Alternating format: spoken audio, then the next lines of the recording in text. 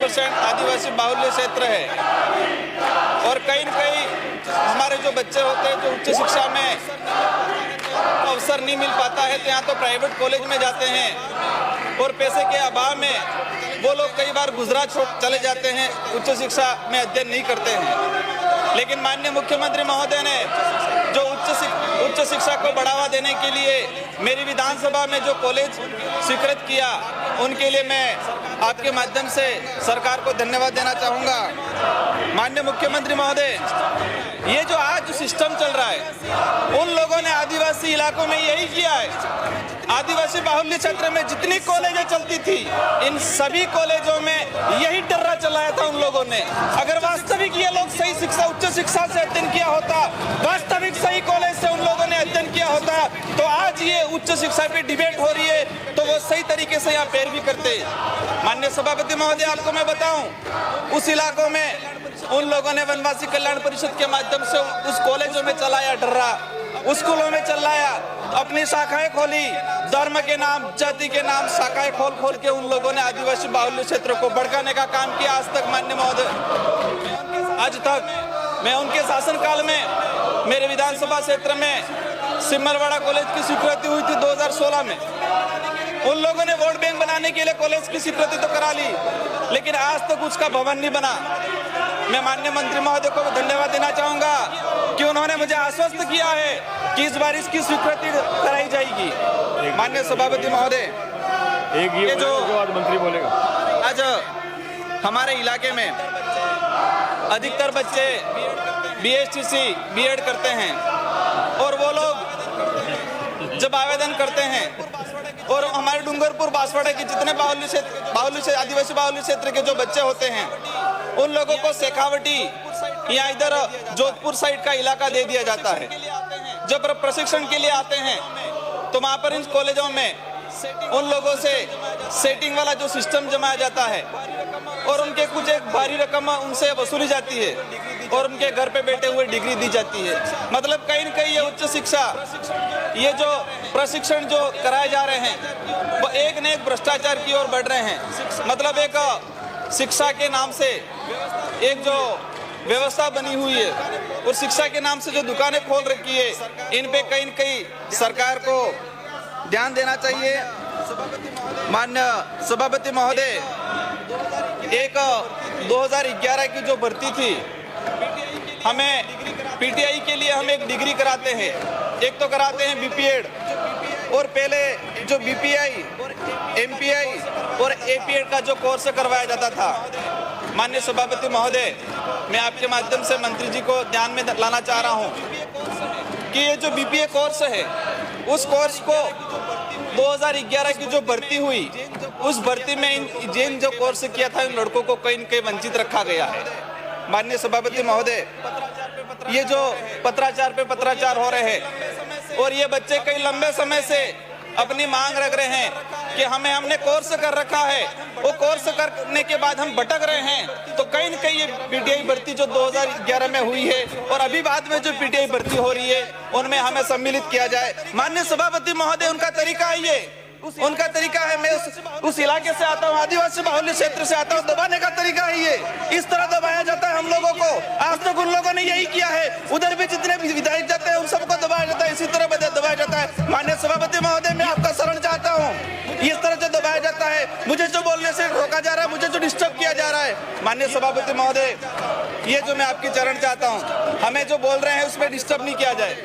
माननीय सभापति महोदय, ये जो हमारे डूंगरपुर जिले में भोगीलाल पंड्या महाविद्यालय है और एक वीर कालीबाई कन्या महाविद्यालय है, उस महाविद्यालय में जो स्वीकृत पद है, उस स्वीकृत पद के अनुरूप भी वहाँ पर व्याख्याता नहीं लगे हुए हैं। लेकिन एक दुख की बात है, भले उधर की सरकार रही हो या इधर की सरकार रही हो, वहाँ पर जो व्याख्याता लगता है और कुछ ही समय बाद वहाँ पर से अपने गृह जिलों में किसी न किसी की पहुंच बना के यहाँ पर आ जाता है। आपको मैं बता दूं, पिछली बार भी विधानसभा में ये मांग उठी थी और माननीय मंत्री महोदय ने उन जो कार्य व्यवस्था के लिए जितने आदेश हुए थे, उन सभी आदेशों को निरस्त करवाया था। मैं आपके ध्यान में लाना चाहूँगा कि 23 जुलाई 2020 को पत्र क्रमांक ए भवन आकाशिक 2011-2020 584 के तहत 9 वैसे व्याख्याता थे जो वीर कन्या कालीबाई महाविद्यालय और भोगीलाल पंड्या महाविद्यालय में लगे थे और वो लोग दूसरी जगह कार्य व्यवस्था के लिए लगाए गए थे। वो आदेश निरस्त किया 20 जुलाई 2020 को, लेकिन कुछ ही समय बाद हमारे यहाँ के लोगों ने मंत्री जी पे प्रेशर बनाया। कई ऐसे जो बड़े जनप्रतिनिधि थे उन्होंने प्रेशर बना के वो आदेश वापस यथावत लगाए गए। ये कौन सा नियम है कि जो व्याख्याता उस कॉलेज में लग रहा है और लगने के बाद वहां पर ज्वाइनिंग दे रहा है, ज्वाइनिंग देने के बाद 1 महीने तक भी सेवा नहीं दे रहा है और उसको कार्य व्यवस्था के हिसाब से यहाँ लगाया जा रहा है। जो स्वीकृत पद है वहाँ पर 10% पद भी भरे हुए नहीं है और जो वहाँ पर भरे हुए हैं उनमें से भी कार्य व्यवस्था के लिए दूसरी जगह लगाया जा रहा है। वहाँ लंबे समय से उस इलाके में अनुसूचित क्षेत्र के अंतर्गत अनुसूचित क्षेत्र के बाहर के अध्यापक लगे हुए हैं, 3rd ग्रेड अध्यापक। हम चाहते हैं, पहले तो वहाँ कहीं न कहीं कमी थी तो हमें आवश्यकता थी, लेकिन आज हमारा बच्चा पढ़ा लिखा है और कहीं न कहीं सबने BEd BSc कर रखी है और इतनी भारी संख्या में जो भी आगे बढ़ रहे हैं। तो माननीय सभापति महोदय, मुझे ये समझ में नहीं आता है कि हम उच्च शिक्षा में तो उस इलाके से जो व्याख्याता लगे हैं उनको यहाँ पर कार्य व्यवस्था के लिए लगा रहे हैं और दूसरी तरफ हम 3rd ग्रेड के ट्रांसफर के लिए 2nd ग्रेड में जो उधर लगे हुए हैं उन लोगों की ये कह रहे हैं कि अनुसूचित क्षेत्र के अंतर्गत वहाँ पर व्यवस्था बनाए रखने के लिए अध्यापकों की कमी है, इसलिए हम उन लोगों को इस इलाके में नहीं ला रहे हैं। मतलब ये दो तरफा नीति किस बात की हो रही है? हम व्याख्याताओं को इधर लगा रहे हैं कार्य व्यवस्था के लिए और वहाँ पर दूसरे जो 3rd ग्रेड 2nd ग्रेड के जो लगे हुए वहाँ पर उनकी आवश्यकता नहीं। अगर वो पद खाली होंगे तो हमारे जो आने वाले बच्चे लगेंगे। तो ये दो तरफा जो नीति की जा रही है उसको कहीं न कहीं ध्यान में लाया जाए और आपके माध्यम से मंत्री जी जब जवाब देंगे तो मैं चाहूँगा कि भोगीलाल पंड्या महाविद्यालय और वीर कन्या कालीबाई महाविद्यालय से जितने लोग कार्य व्यवस्था हेतु बाहर लगे हुए उनको निरस्त किया जाए और आदिवासी एरिया के जो बच्चे हैं उनको राहत प्रदान की जाए। माननीय सभापति महोदय, अभी मैंने जो एक बताया था कि BPA कोर्स कर रखा है लड़कों ने, लेकिन उनको PTI भर्ती में शामिल नहीं किया जाता है। इसी तरह एक जो मामला चल रहा है कि चित्तौड़ जिले में मेवाड़ विश्वविद्यालय चल रहा है और मेवाड़ विश्वविद्यालय के अंतर्गत लंबे समय 2018 से एनिमल हस्बेंड्री डिप्लोमा कोर्स करवाया जा रहा है। 2018 से वहाँ पर एनिमल हस्बेंड्री डिप्लोमा कोर्स करवाया जा रहा है। अभी तक लड़के 3rd ईयर में आ चुके हैं, वो कोर्स वहाँ पर करवा रहे हैं। अभी वर्तमान में इस कोर्स के लिए 175 लड़कों ने अध्ययन कर रहे हैं, लेकिन उस यूनिवर्सिटी ने संबंधित विभाग से उसकी कोई मान्यता प्राप्त नहीं की है। तो ये भी आने वाले समय में ये जो BPA कोर्स वाले भटक रहे हैं लड़के, इसी तरह ये लड़के भी भटकेंगे। माननीय सभापति महोदय, मैं चाहूँगा कि इस पे जांच कराई जाए और इन छात्रों को राहत प्रदान की जाए। माननीय सभापति महोदय, हमारे सबका एक भुगतान होता है, पेमेंट होता है।